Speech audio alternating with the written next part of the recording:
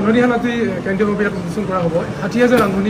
ৰান্ধনী ৰান্ধনী বিলনি হৈ যাব চাকৰি থাকিবই যেনেকৈ দৰমহা পায় তেনেকৈ দৰমহা পাব অহা কেবিনত দৰমহা আৰু বাঢ়িব কোনো ৰান্ধনী তাৰমানে চাকৰি নাযায় এটা কিন্তু প্ৰশ্নটো ক'ৰ পৰা আহিব যিসকলে এই প্ৰশ্নটো কৰি আছে সেই কেইগৰাকী চাকৰিটো চেছ কৰি দিব লাগিব বেলেগক ভয় খুওৱাৰ অপৰাধত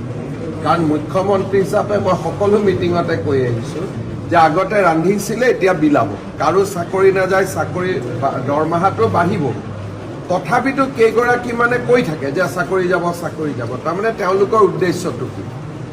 তাৰমানে তেওঁলোকৰ উদ্দেশ্যটো